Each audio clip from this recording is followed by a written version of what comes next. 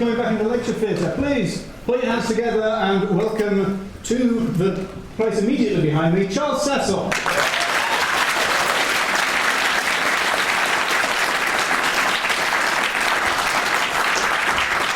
Thank you so much. And can you hear me? Is the yeah, great. Okay, well. First of all, isn't AdventureX brilliant? Isn't it great that it came back again? And it's great for the adventure community, and it's great for us, and hopefully it's great for you. So, congratulations to everybody involved. What I'm going to talk about is my time developing adventures over 35 years. Really, I'm going to then try and talk from a very subjective perspective how I feel the adventure has developed and really, I guess, where it's sort of going to go. But first of all, I'm going to actually show a slide which has a quote from Richard Cobbett, who's sitting at the back there, who is waving his hand for anybody who doesn't know him. Go on, wave your hand again, because everyone looked around at the wrong time. And Richard really is a walking encyclopedia about such things, as well as having many other talents. And this was actually and this sort of resonates with what I have to say, but this is a quote that he had in PC Gamer in 2011. And I'll leave you, I'll read it. Adventure games suck. Sorry, but it's true. They're what got me into gaming and are still bursting with incredible untapped potential even today. They had it all, and they deserve to be great once again. And that was a really poignant, I remember reading it, and it was really poignant. Now, of course, that was 5 years ago, and I'm sure Richard would say that things have changed considerably. But this is probably the point around which I want to talk about the way that the adventures have developed as a genre. Now, Emily Short is coming tomorrow, so let me jump forward.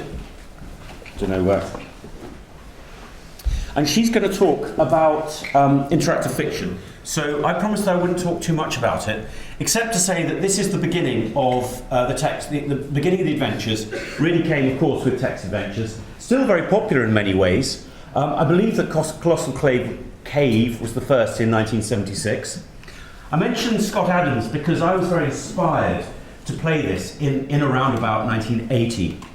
And Adventure B is the first game that I wrote in 1981. And I'll talk a little bit about that in a moment. And then, of course, Zork from Infocom, which, again, I'll come back to. But I guess where it all started was the Sinclair ZX81, which had 1K of memory. I mean, you all know this, of course, but I have a 64 gig iPhone, which of course has 64 million times as much memory as this. I mean, it's amazing. But the computers that landed Apollo 11 on the moon had a slower process than this, but they did have 2K, so they did have twice as much memory. But that was why it was so exciting at the time, because there was this sense that actually we had these amazing computers under our control that we could do great things with. The ZX81 was absolutely amazing. It was very, very quickly surpassed by the Spectrum. But due to some very poignant and well-designed, the curve in the back meant that it was never, ever forgotten. and it was always going to be very, very useful. That's not my one, no. And I'm afraid I took this from the internet, and bless whoever produced it. Thank you very much. So, sorry? It still works though. It probably does. So this was my first game. It was called Adventure B. Unbelievably bad lettering. I was responsible not only... Let's just make sure this is right. Yeah. I was making not only this terrible, terrible logo that has nothing to do with computer games or home computer games as they were at the time. And this was like a font that came from the local newsagents. I mean, really shockingly bad. But in those days, we really had no idea that. I mean, the idea that in 35 years I'd be talking to a full audience, an audience full lecture theatre like this, would have been unthinkable. So it kind of, worked for the time. And with text adventures, for those of you who don't know, basically it gives you a description, and you type in whatever you applies. You may notice that can't should have an apostrophe in it. And it was pointed out to me by a wonderful fan that chisel was not spelt with a Z. But again, we were just making it up as we went along. It was funny. And later we decided that we were going to be much more professional, and it became eventually Inca Curse, with a very blatant reference to Indiana Jones, which is actually what inspired the game in the first place. So that was the beginning from my perspective. I think an honorary mention goes to Infocom for Zork, their first game, then of course Hitchhiker's Guide to the Galaxy, Douglas Adams, who I'm going to come back to in a moment, Leather Goddesses of Phoebos. It all went wrong actually in 1985 when they decided that productivity software was going to make them much more money than text adventures. I actually went to work for Activision in 1988, and they'd just bought Infocom. And to me, Infocom was this extraordinary, wonderful developer. And I turned up, I remember, expecting great things, and there were a couple of very sad-looking guys around a table. And very quickly after that, Activision closed them. So, as I say, Emily will talk a lot more about this, and I'm sure with much more authority and eloquence. So really, we need to go on to the graphic adventure. I would say that Gunslinger is even by Richard Sandler, I don't think anybody will have heard of this. You've heard of it? My God. My God. The only reason I mentioned it is I set up a company after Arctic, and we were given Gunslinger to convert onto Amstrad, CPC, and the ZX and the Spectrum. And I'd totally forgotten about it for probably 30 years. And then suddenly, when I was on the train, just going through these slides, I realised that it was one of the early sort of graphic adventures, per se. And, I mean, I'm not sure it's very good. Have you actually ever played it? Only 5 seconds or so. Yeah, well, that's probably 5 seconds more than just about anybody else. But of course, what you've got, which is I think quite interesting, is the idea that on this side you've got, I mean, clearly they are text adventures with graphics, and at the same time you had Sierra coming with the graphic adventure, the proper graphic adventure, and then of course Maniac Mansion. And what was interesting about Maniac Mansion was that when I founded Revolution, or co-founded Revolution, in 1990, we felt that we could do better than all of these. And thankfully, it was before Monkey Island came out, or or indeed Day of the Tentacle, which I'll talk about at the moment. So we came very much into what I'm going to call the golden era. So, which takes me into the segue, as if I planned it, of the golden years, the golden era of adventures. Really running from 1990 through to the end of the 90s. And the first tranche were games like Tex Murphy, Secret of Monkey Island 2, Indiana Jones, and our own Lira the Temptress. And I'll talk briefly about Lira the Temptress, which is, thank you Mark, he's brought a copy of here. They came in these wonderful boxes, it was great, and you'd look inside and it was just crammed with exciting things as well as discs. And then it sort of went horribly wrong, didn't it, when the CD came out and they became really mean and they had plastic and it was just rubbish. But Lira the Temptress was our first game. It was the idea of what we call virtual theatre, and the idea that characters walked around the world and communicated with each other. And this character, Rat Pouch, you could give him commands. It was very much like a text adventure in that you would string commands. Tell Rat Pouch to go to this place and then pick up this and then come back. And he went off and did it. And certainly one of the regrets that I have is that we never really built on virtual theatre, and it kind of felt like it should have been really special. And at the time people were really excited. It was aimed for the Atari ST, so 16 colour, which is why you have this style. And it's not a bad style, it's an attractive style, I think. But very much driven by the constraints, and clearly as we go through, we'll see that the screenshots have more and more colours, they have more and more resolution, and in many ways are better. But in many ways, actually, this is quite charming. This sort of simplicity, and the art requirement of the artist to produce this within these constraints was quite extraordinary. Really, really talented people. And the game went on. I need to just briefly tell you, because it's one of my favourite stories, and apologies to those of you who've heard it before, but one of the things about Revolutions, we felt very passionately that the way that women were depicted in video games was really appalling. And regardless of what you think now, it really, really was appalling then. And so it's kind of ironic. Well, and so we had really strong characters, strong female characters, and that's something that Revolution games have been pretty good at doing. Which is ironic then that it's called Lure of the Temptress, which kind of. But let me tell you this anecdote, which I rather like, and that is that we were the game was being published by a company called Mirasoft, and it came the time to prepare to publish it. And the head of marketing, Alison Beasley, phoned me up and said, look, we've got to come up with a name. Can you suggest some names? So I did. And at the bottom, I put Lure of the Temptress, in brackets, we can't call it this. And of course, she came straight back to me. She said, we love the name Lure of the Temptress. You have to call it Lure of the Temptress. And I said, Alison, we can't. She said, why not? I said, because there's no luring and there's no temptress. Which, honestly, there wasn't. There was just nothing even like it. And I remember really well, it was one of those poignant moments when you realise quite how brilliant marketing people are. And she said, can you put one in? So we did. And obviously, we wrote large parts of the story. Changed the intro, which was because they gave us a bit more money to do it, and added a whole chunk on the end, which for anybody who's played Lure of the Temptress, and they've got the sense that you're reaching this climax, and then suddenly the Temptress comes in, and it all goes on. Now you know why that. Now you know why that happened. And then really the golden years. Wonderful Day of the Tentacle. Wonderful Gabriel Knight, our own Beneath the Steel Sky, which I'll talk about, our own Broken Sword, The Last Express, Broken Sword 2. And to begin with, as we went in, it felt like adventures were going to go on forever. And to talk about Beneath the Steel Sky, this is a game that we wrote with a comic book artist, a hugely talented comic book artist called Dave Gibbons.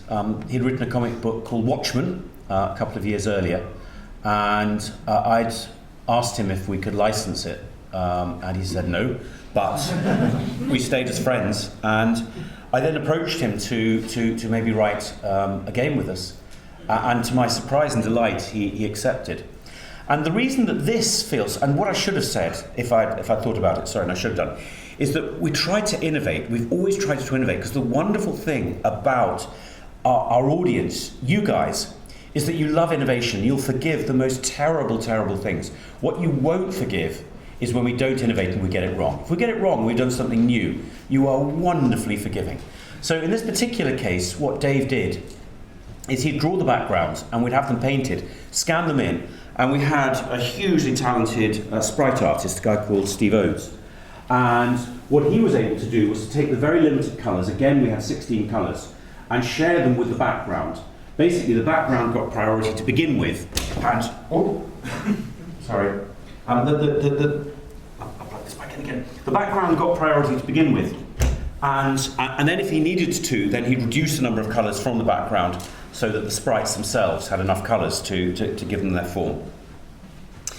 And so the one of the things I'd like to just show is, because I'm going to come on to the next stage, is notice the way that these are what we call boxes within boxes. All games, for some reason, were boxes within boxes, because they were kind of easier to draw and easier to plan, box within box. So when we came to, and then Starship Titanic I want to mention briefly, because Douglas Adams was such a genius.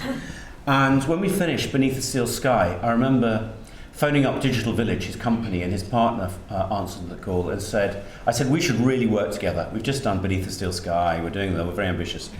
And his partner said, well, we know who you are, but actually we think we can do it better, and we're more ambitious, and we've got all these things. Which, in hindsight, was such a terrible mistake, because that would have been around about 1994, and it took it would probably been about 1993 even. And it took another 4 or 5 years for them to produce effectively a text adventure, by which point they were 10 years late, and Douglas Adams had put so much time and money into this.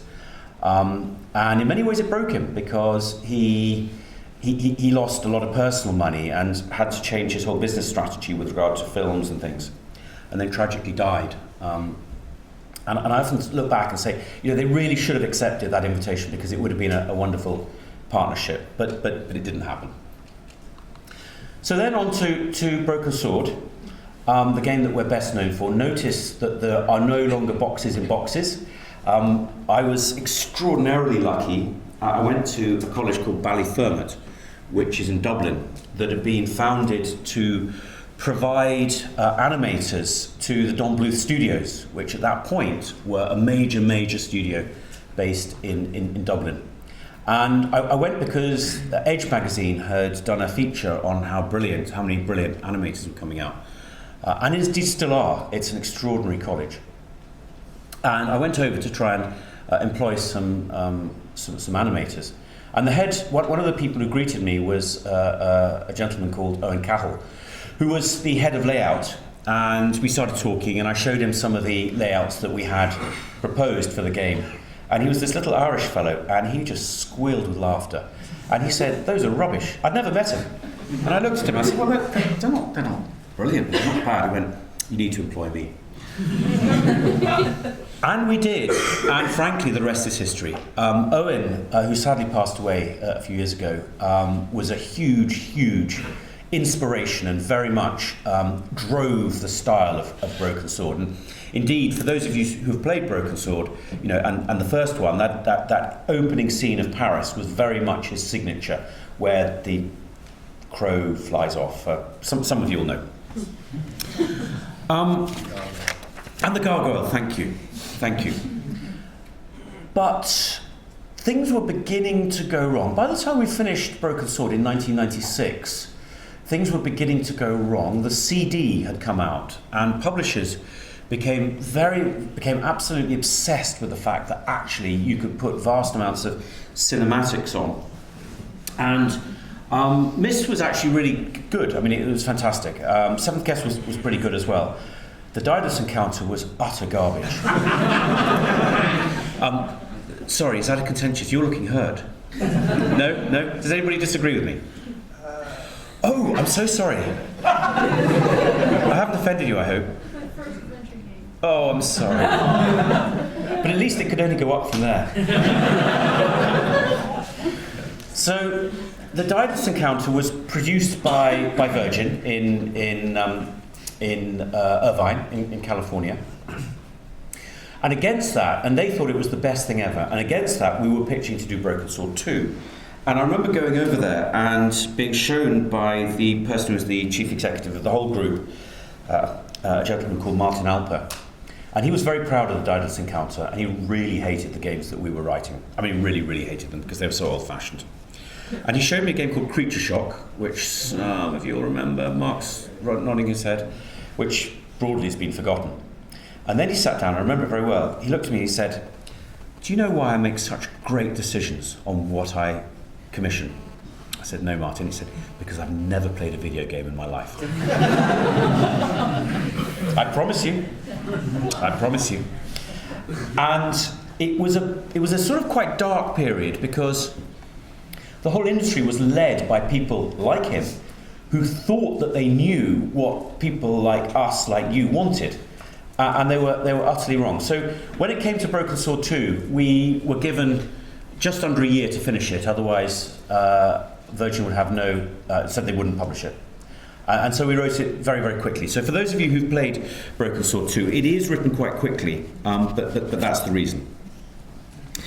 But the really ironic thing was, because we're going to come, of course, onto the death of the adventure, the really ironic thing is that we approached Virgin and we said, look, we'd love to write this game, the original one, on PlayStation, which had just come out. And Virgin said, "This is ludicrous, this will never happen." The game, we managed to convince Sony to publish it, and it just got 9 out of 10 in every single... in those days, the official PlayStation magazine had a circulation of 600,000. I mean, 20,000 would be a great circulation these days. It was absolutely extraordinary. And it sold 500,000 copies, in fact more than 500,000 copies. It did really well. And yet this dogma from the publishers was that this will not sell. And the obsession in particular was 3D, because the PlayStation, I'm going to come back to the PlayStation in a minute, but the PlayStation was 3D, it was visceral. There was this sense that everything had to be 3D. And that really hastened in what I'm going to call the death march for the adventure.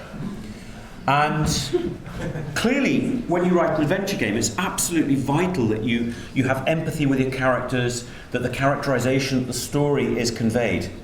And, you know, King's Quest was perfectly good, but you can see it's just so basic, it's never going to work.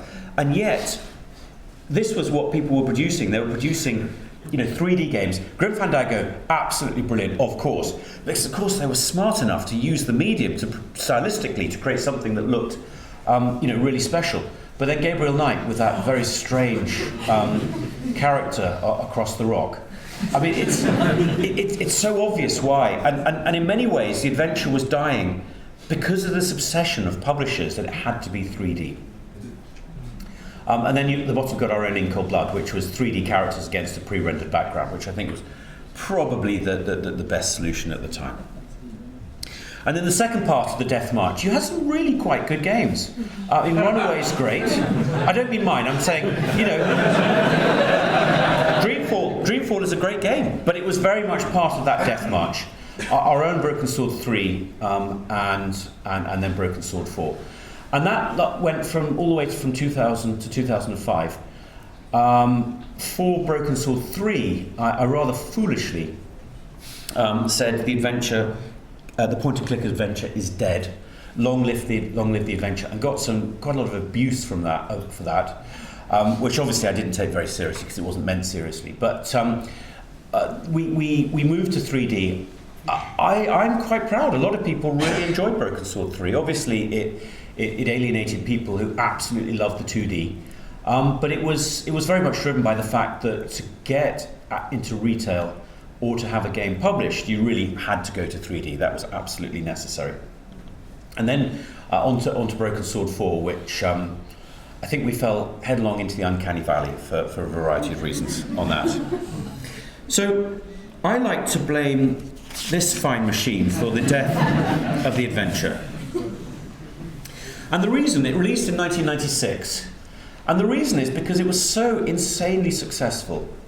And while it's often a little bit dangerous to mix the commercial and the creative and the aesthetic, it was the commercial side that really killed the adventure, because the PlayStation was so successful, and retailers have, say 300-400 slots. And they used to be PC, but then with this, they became more and more PlayStation orientated. And publishers were absolutely obsessed with the fact that you could only publish games that were 3D and visceral for the PlayStation. So anything that wasn't in that really obvious category got squeezed out until there was really no market for it whatsoever.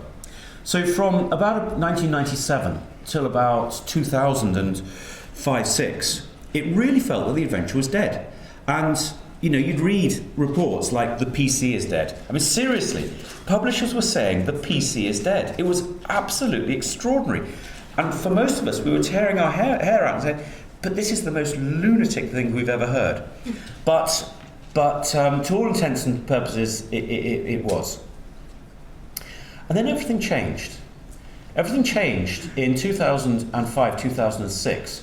When that particular generation of consoles, obviously Microsoft and PlayStation were absolutely slugging it out with the number of polygons and the texture maps and everything.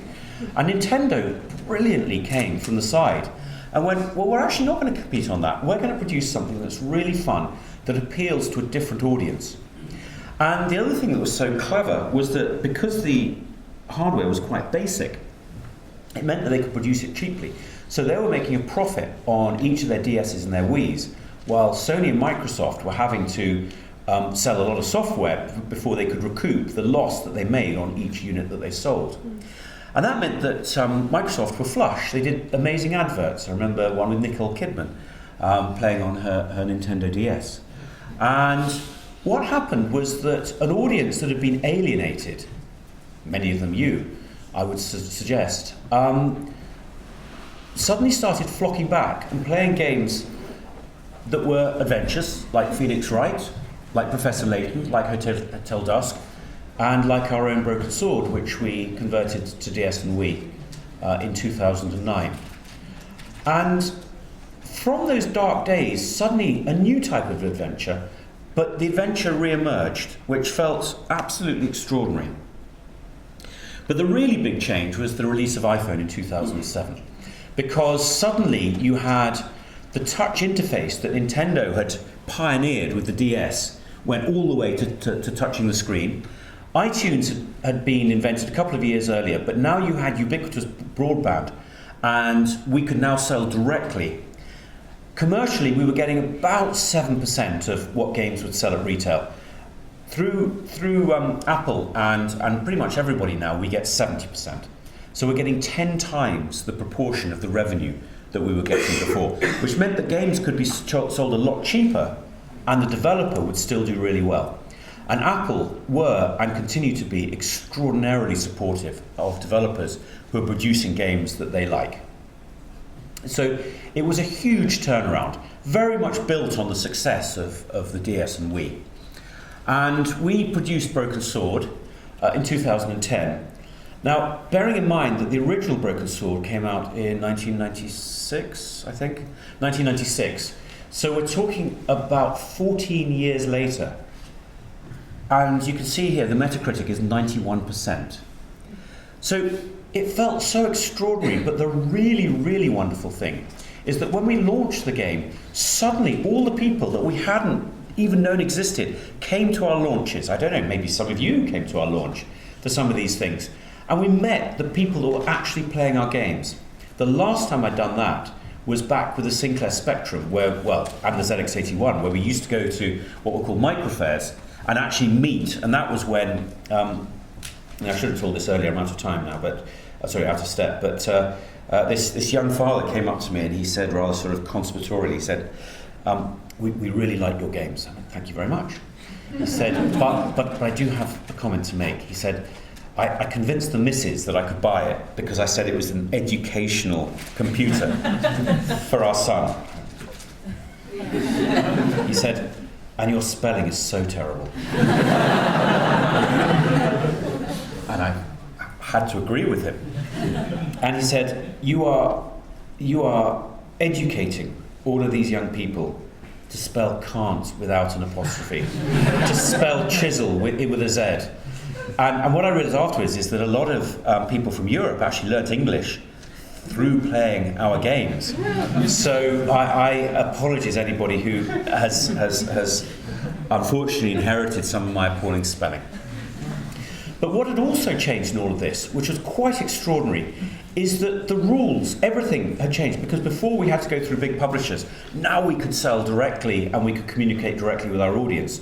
And nothing really showed this more than in 2011 when Apple asked us if we would include the original Broken Sword with the 12 Days of Christmas, which is, for those of you who have an Apple phone and had it for years, they don't do it anymore. They give away an app and then a film and then a piece of music over the 12 days. This was a spike of 2.5 million downloads on one day. Apple, who were wonderful, were really excited and sent emails with sort of various statistics. One of which was that Broken Sword went into the top 10 most tweeted keywords in the world. Now, for a small developer in York, which is where we're based, this was just so mind-blowing compared to everything that we've been up to. And effectively, by the end of Broken Sword 4, Revolution was insolvent. We'd lost a lot of money on Broken Sword 3. Our publisher, THQ, had made a profit of about $5 million. We'd borrowed £200,000 to finish the game, and were carrying the overdraft. So this was kind of exactly what we needed, otherwise we would have been in real trouble.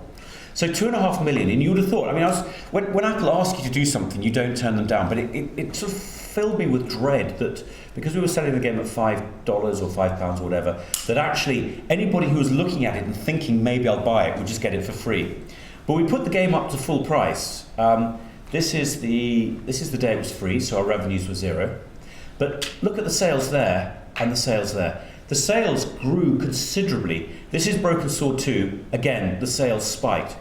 And it was totally counterintuitive. You give it away for free, you get a big marketing push, and actually your overall sales rise. It was absolutely extraordinary. And with then the emergence of the PC and mobile devices and phones, that really brought around the Renaissance. And I think we need to thank Telltale in many ways for really pioneering this. I believe it was in 2004 that LucasArts decided that they weren't going to publish adventures anymore, which I think in hindsight was probably a mistake. But anyway, a lot of the very talented people from LucasArts set up Telltale. And to begin with, they did Sam & Max, and then they got the rights for Monkey Island. And then, of course, they now go from strength to strength. And I'll talk a little bit about the games that they're writing in a moment. And I think we also need to give a mention to Heavy Rain, because it got such a big push. Personally, for those who've played it, you may disagree with me. I would say, ironically, it isn't really in the adventure genre because it requires so much manual dexterity. It requires you to understand how the PlayStation, and you need to know instinctively where the X and the circle and the triangle and the cross are. So it broke the rules in just about every way possible. But it did very well, and people talked about it, and they talked about how adventures were really making a huge comeback.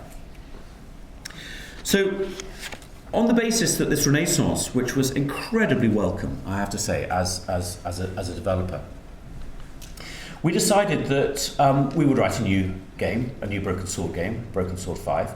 And by this stage, we'd actually earned a little bit of money. We were in a great position. And decided that we could come up with a prototype, maybe 20% of the development time. And from that prototype, we could then do a Kickstarter campaign.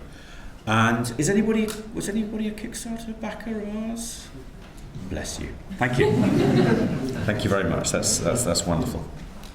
And so for those of you who were, I hope you don't think that we were. I hope you feel that what I'm about to say is reasonable. But it was really, really important to us that the message that we conveyed in our Kickstarter video, which was effectively the only shop window in what we wanted to do, would excite people.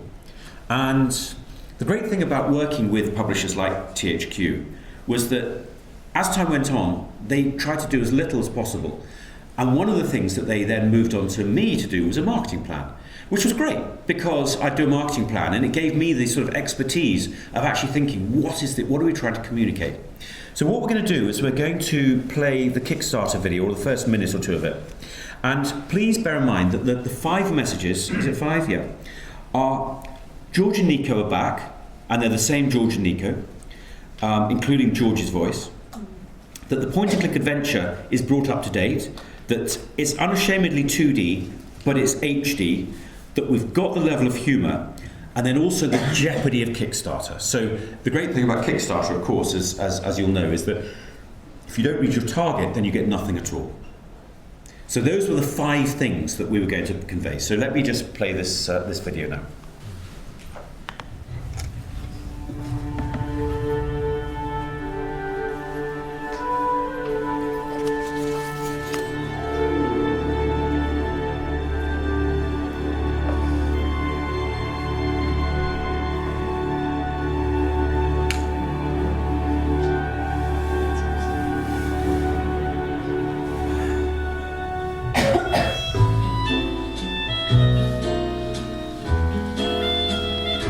Paris in the spring, the scent of blossom on the soft breeze.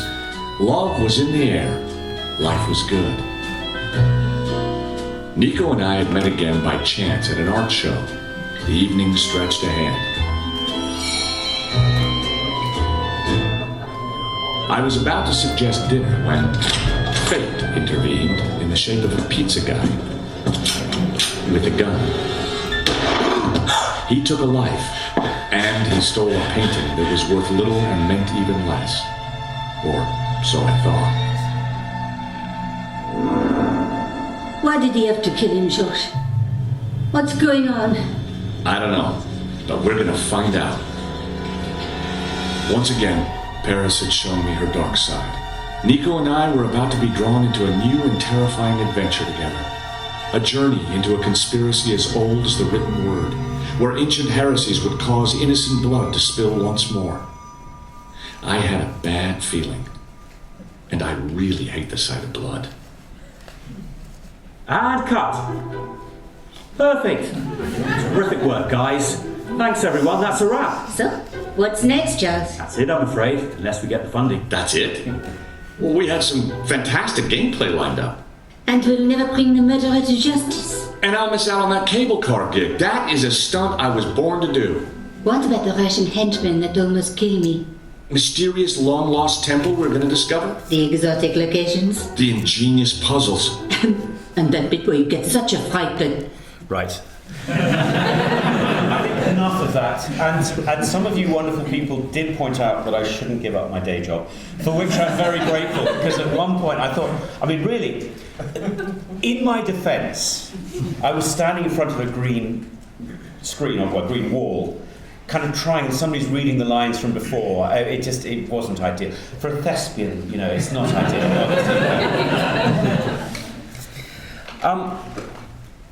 And the most amazing thing happened. We suddenly found ourselves with a huge passion of people. And for example, people said, George's jaw is all wrong. And we looked at it, and actually they were absolutely right, so we changed it, and we went back. And people were thrilled because we'd actually listened to what they had to say. But we were thrilled because we were able to communicate directly with exactly the people that mattered in this regard. We weren't having to sell it to a publisher, or not that I'm against publishers at all, we work with publishers still, and that's great. But the idea of selling it to somebody who just doesn't understand, or maybe even doesn't even like adventures, just didn't work. I mean, ultimately, what we found ourselves in the position of was having to convince a publisher who didn't like adventures because they thought they were old-fashioned to fund us to write a game. And the publisher would have to have confidence that in 18 months or 12 months or whatever, that the retailer would have enough confidence to actually stock it. So there were so many points at which actually there was risk aversion. And that's one of the reasons why so few adventures were produced. And so we had this extraordinary month, which was amazing. And ultimately, the Kickstarter. So now, am I the only person who hates it? Well, there we go. The Kickstarter succeeded with 771,000 and 14,000 backers.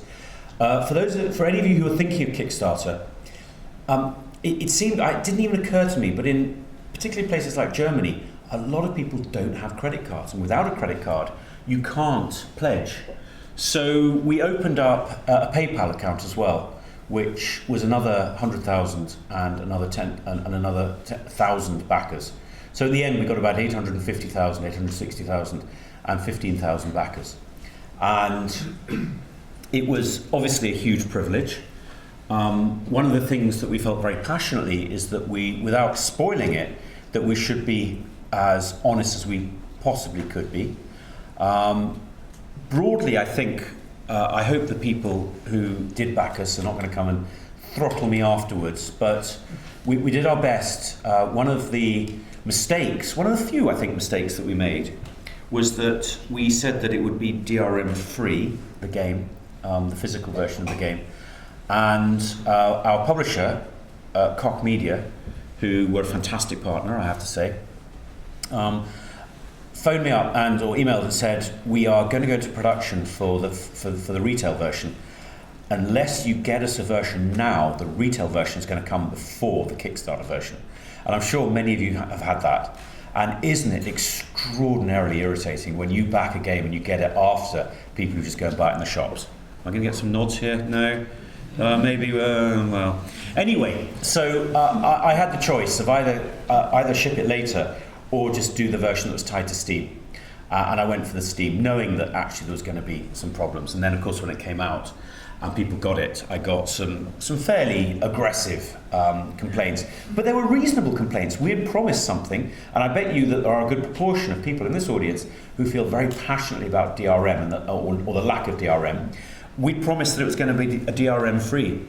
And so we sort of subsumed by all of these comments. And I remember I was actually in France at the time, and I got the team together on a Skype call, and I said, we need to fix it. And everybody broadly agreed. So, I mean, it was quite expensive. It wasn't that expensive.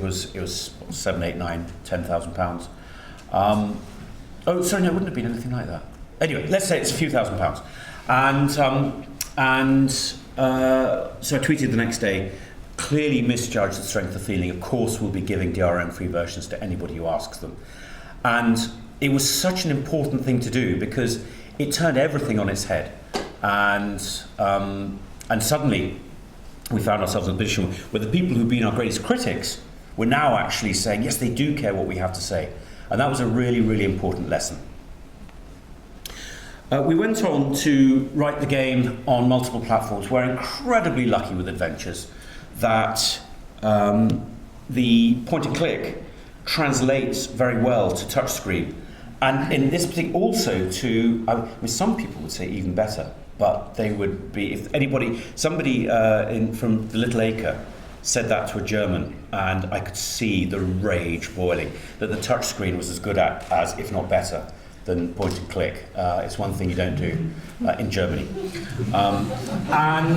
So we produced the game on, well, PC, Mac, Linux, PlayStation Vita, PlayStation 4, Xbox One, Apple TV, iOS, Android. I mean, it was fantastic because by enormous good luck, we were able, the interface, which is normally the thing that constrains you, actually worked very well in terms of the way that it came across.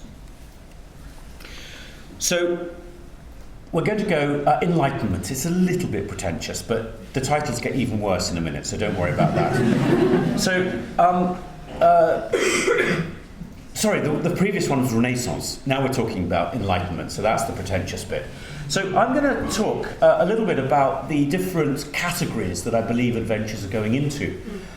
Because actually, despite the dire warnings of Richard in 2011, I think actually adventures, I really do believe adventures are in a stronger position than possibly they've ever been, apart from, perhaps from the very height of the point and click back in the 1990s. So you've got the traditionalists, the games that are proudly point and click, clearly point and click, looking backwards as far as the interface is concerned, looking forwards in terms of graphics and hopefully gameplay elements. And our own Broken Sword 5, Deponia from Daedalic, an excellent developer based in Germany, Broken Age, and Thimbleweed Park, which originally said 2016, now says 2017, and I hope it'll come out soon. I'm sure it'll be really fun. But obviously, really, really looking back to the early 90s in this case, and good luck to those guys. But really what Telltale have done, in particular, have moved to what I'm going to call modernist, in that they're clearly adventures, but they are, The Wolf Among Us and The Walking Dead are almost like interactive movies, in that you have so little challenge, you experience the story, but incredibly successful. And then of course Life is Strange, which again is very, very much an adventure, very much part of the genre. Very edgy, the idea of going back in time, lots of great mechanics, and hugely successful. And again, a classic example of a game that was successful because it innovated. Another genre within this, Enlightenment is what is postmodern. That it's the Stanley Parable, which again is an adventure. It's for those who haven't played. That it breaks the fourth wall because the narrator starts telling you what you're going to do, and if you don't do that, then the narrator starts arguing with the protagonist. Her story, which was won loads of the BAFTAs last year. It's an interactive movie, but it isn't rubbish. Forgive me for saying interactive movie, but it's not rubbish like the Daedalus encounter. And then, of course, I know that people who produce walking simulators hate the term walking simulators, but walking simulators. And then we have interactive fiction, which is what Emily Short will talk about tomorrow. As I say, she knows huge amounts a lot more than I do. So I've included her Blood and Laurels, which is very interesting. Very interesting because she'll talk about this, but you could see that under Blood and Laurels there was huge amounts of information that were being stored, and then the difficulty, which is how you then turn that into a narrative. You've got all the data about what the player has done, but how do you turn it into a narrative? Sun the Sea, 80 Days, which got a lot of support from Apple and did very well on that platform, and again, Acorn Sorcery. And those guys are here, I believe, talking at some point. Sorry? Unfortunately not. Oh, shame. Wordplay. Oh, sorry about that. We tried, but they're wordplay. Oh, that's a shame. Well, they're very interesting. They're good guys. Really, really good guys. So, to conclude, with 7.5 minutes left, and there may be some questions, unless this fellow here holds up the stop sign. Kind of running quite late now. So. Yeah. So maybe a couple of questions. Maybe I'll keep going anyway. The key things then, for those of you who play or indeed develop adventures, as a developer, I think we're in an amazing period. The point and click, which I suspect that a lot of you particularly have a passion for, is very much a niche, but it's a sizable niche. But on top of that, you have new genres of adventure beginning to emerge. Undoubtedly, they are adventures because my definition of adventure would be that the narrative and the gameplay are inextricably linked. Virtually every other genre would have the story progressing as a reward for completing elements of the gameplay, whereas the adventure, which of course back in the early day had a monopoly on stories. Now every genre does story, but we still link it into the gameplay in a way that no other genre does. We also have a very passionate audience who, as I said earlier, absolutely love and reward innovation, and we have a direct relationship now. In a way that we haven't in through history, due to social media, the ability to communicate directly, and even in some cases raise funds directly from our fans, which is absolutely brilliant. The future, this is scary for many of us. I mean, this is mobile. They haven't had figures since 2013, but it shows that 90% of the revenues on the iTunes store come from free-to-play. 6% are at 99 cents. So we're selling Unbroken Sword 5 for $10, which is kind of up here. And you see that tiny, tiny slither. That tiny, tiny slither is there. But it's interesting because actually it's great because I know that there are very few people who are prepared to pay $10, but adventure fans are. So it's just great. We're in that sort of wonderful situation where actually we have no desire to go to some sort of freemium model, or indeed it'll be very interesting to see what Nintendo do with their free-to-start gameplay. So I don't see this as a huge threat, although it did at one stage. So that is my sort of history, my view on the state of the adventure. I hope it's a positive one. I hope you found it interesting. Do we have time for 2 questions, or sort of, if they're quick? 2 quick questions. 2 quick questions.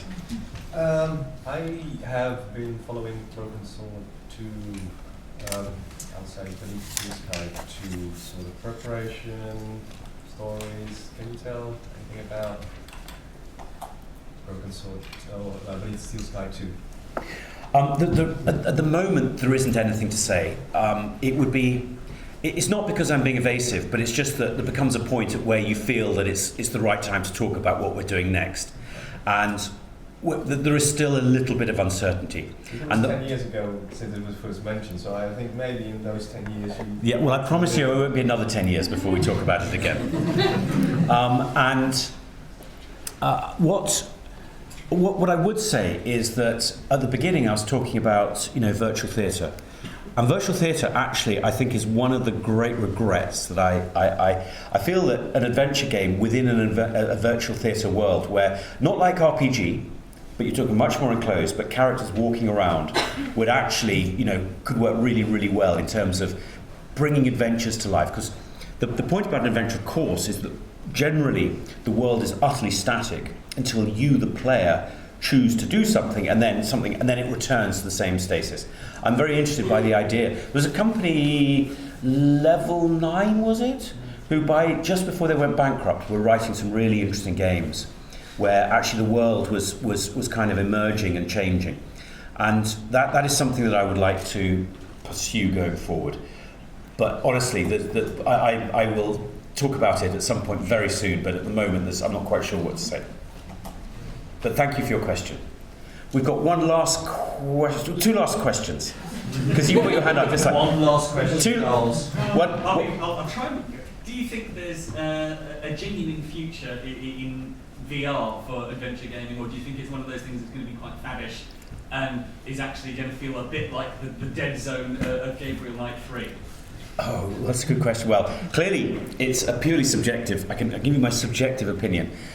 And that is, I think adventures are great on VR, but the problem is that, obviously, nausea is the big problem, and so many people, including me, feel pretty nauseous pretty quickly. And I think that moving around the environment from a first-person perspective, I haven't seen it really work convincingly, and I'm not sure that it's possible to do. Now, there's a game called Lucky's Tale, which some of you will know, which is like a platform game where you actually control, but all you're doing is you're controlling the camera, and it just works really well. And I think it's totally counterintuitive, but I actually think that controlling the camera in some way and your character being separate is probably the future of adventure games. But Endreams would absolutely kill me for saying that, because all their adventure games are from a first person. But for me personally, it just doesn't work well. I suspect there are probably quite a few of us that are the same. It just doesn't work very well when you have the camera moving continuously. And the other problem, of course, with the doing that is that it's all very well being able to look around the room, and when you move forward, that's fine, But if you want to turn, then you can't go like that and go in that direction. So you have to have some sort of mechanic which either suddenly turns or turns you around without moving your head. And that is 101 how to feel sick. So I'm just not sure what the solution is. Apart from just to say it shouldn't be from a first person, it should be from a third person. I will be physically removed if I do any more. So can I thank you so much for listening?